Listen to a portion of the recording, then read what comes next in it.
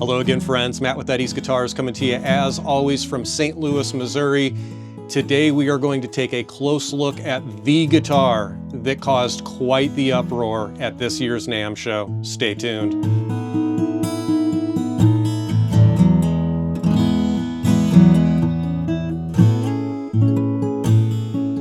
Hello again, friends. Matt with Eddie's Guitars coming to you as always from St. Louis, Missouri. Today we are lucky to be joined by my friend Dylan Arant of Ryan Guitars. Dylan, we sure appreciate you being here. It's a pleasure to be here as well, Matt. Thank you so much. Dylan and Andrew from Ryan Guitars very graciously hand-delivered quite a guitar to us just this afternoon. The guitar that we're going to take a close look at today was debuted at NAMM 2026 just a few weeks ago, and I think it's very safe to say that guitar absolutely stole the show, period. The NAMM show, period.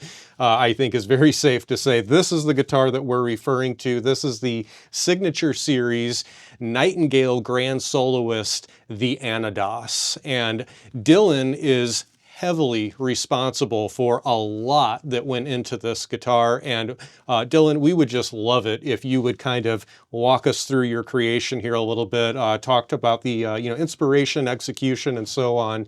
We're going to very, very carefully take this guitar off the stand and take a close look here. Real quickly, we'll just get into the woods really quick here. We've got a dark forest, ancient cypress top, aged at right around 4,000 years old. Back and sides of this guitar, a remarkable set of Signature Series grade Brazilian rosewood. And of course, there's a lot more to talk about in this guitar. Dylan, I'm going to hand this over to you. We would love it, as I said, if you would kind of walk us through what you've done here. Absolutely. So the general idea behind this entire guitar really began with just one idea that Kevin had. He drew this little sketch on a notebook that we have just lying around the shop, just with a kind of main fairy at the center top of the back of the guitar, and then some like vines going off the sides. And he just had that idea, and we just are spoiled children at our shop. When we want something, we'll get it done. Whether we need to invent new technology, stay up till 3 a.m., we'll get what we want, basically.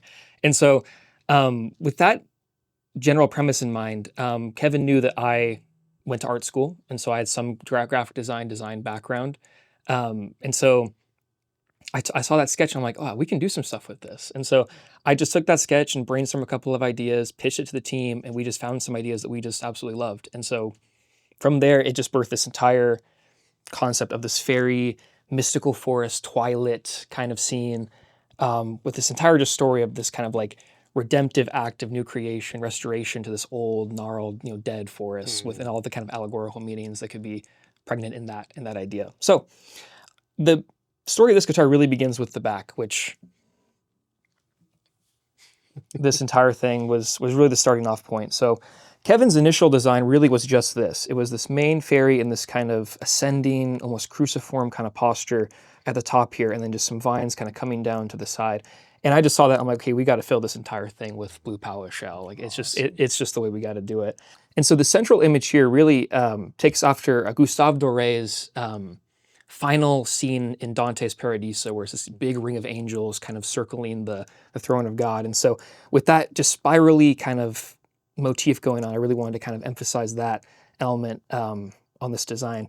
And then flowing down with just all these different fairies with different scenes, kind of all contributing to the health of the forest. And so here we have a fairy feeding some bread to some bees. Here we have a fairy like picking some grapes off a vine, providing food and drink to the inhabitants of the forest. This fairy we have with a lantern. And so the kind of scout fairy going out into the dark forest, finding new areas to sort of start restoring. And this fairy is sort of friend of the lightning bug. She is sort of reclining, a sleepy kind of fairy in that way. And then the central image at the bottom here, which was such credit to one of our other builders, Josh, for having this idea.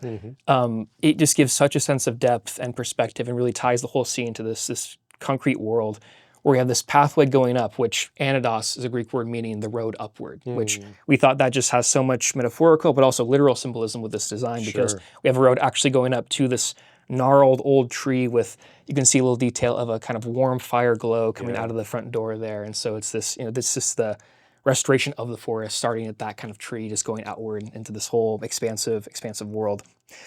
And then moving on to the soundboard. So we have a similar kind of motif going on with the rosette here. And so same vine kind of work, a lot of ornamental leaves and flourishes, but then also I hid 2 small fairies inlaid at the 2 ends of the rosette. Awesome. So a little Easter egg to have right there. And the center image of the entire fretboard really is just sort of an expanded view of the bottom tree. And so it kind of curves all the way up through the fretboard to the headstock and kind of blossoms forth. And then it plays into the bridge design as well, with the kind of leaves coming down and then the roots kind of coming off the bridge. And so it's this kind of unified just scene of a tree going all the way up. And some of the influences for this entire design, I mean, Larry Robinson's work.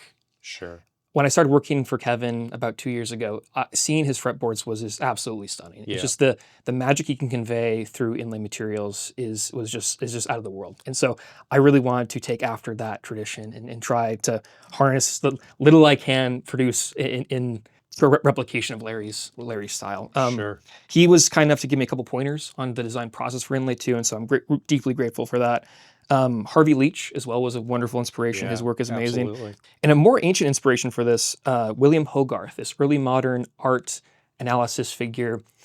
He has this work, The Analysis of Beauty. His 2 main theses for that work is that the human eye in design really likes 2 things, pyramids and like flames. And so the pyramid kind of idea, I had a lot to do with the back here. And so you have a couple of like sort of triangular motifs going on with the different segments there. And so it's creating a kind of pseudo 3-dimensional pyramid shape kind of connecting the entire back. But then for the headstock, I wanted to do the flame kind of motif. And so with that tree kind of curling up like a flame kind of emerging forth. So that was the kind of image behind that.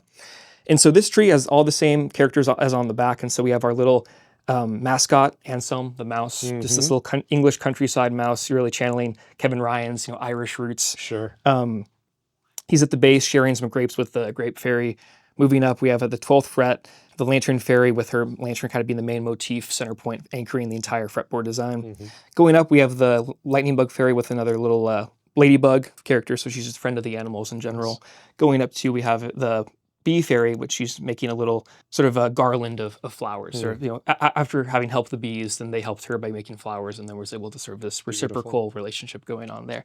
And then at the top here, we have the main fairy, whom Kevin is a Britta Martin, the kind of queen of the fairies. Her design is the same as on the back, but then it kind of merges forth, and she's a kind of iconic image on the top. And then the truss shroud cover has the name Anodos inlaid on it, as well as some fire opal in the middle with the kind of iconic lantern design and some small lightning bugs and some vine work going in throughout that as well. Incredible detail, and thank you for the explanation. And after hearing your inspiration behind it, it's a lot easier to kind of connect some of the dots of what we're seeing here. Would you mind elaborating? Obviously, we're familiar. We can see some familiar materials, to me at least, in some of the blue powis shell and so on. There's probably some materials in here that are a little more off the beaten path. Could you maybe point some of those out and tell us about the material? I would love to. So I was so excited when Kevin showed me this. So all the fairy skin is this green sea snail shell. I've never seen that before in a guitar or really any inlay up to this point. And it has such a translucent, luminous quality to it, but also has little bits of pink and green in there, which like a human vein has both greens and reds in it too. And so it just has a sort of like flesh, but also this luminous, ghostly quality to it, which we thought was just perfect for the fairies. And so that was such an excellent material choice that they got to use for that. The lab-grown opal that we received, that we used for the wings for the main fairy here, is just absolutely stunning. It just gives off its own light, has almost a stained glass kind of quality to it. It just changes light so much with that. So that deep luminousness we wanted to really emphasize. Like a big theme for our inlay material choice was bioluminescence. We wanted this to be like as if all these creatures are giving off their own light in the same way in the ocean you have like jellyfish giving off their own light. Sure. We have some honey amber reconstituted stone for some of these yellow bits for the flowers and the bees. We have some jasper recon stone for a lot of these red bits. Some azure recon stone, which we absolutely love. We love this deep, almost magical kind of twilight color scheme for a lot of these materials. Obviously the classics of blue blue power shell for all the vine work, some black Tahitian pearl for all some of the flowers. We have some pink power shell, mother of pearl, obviously classic. All the wings are gold mother of pearl, so we love that. Yep. And the fairies here all have actually their own distinct signature series wood. So we wanted to give a little homage to our signature collection. And so we have some Brazilian rosewood, some koa, some water rose on Lantern Fairy. Yeah, so we wanted to give an homage to that whole signature series on each one of the fairies. Very cool.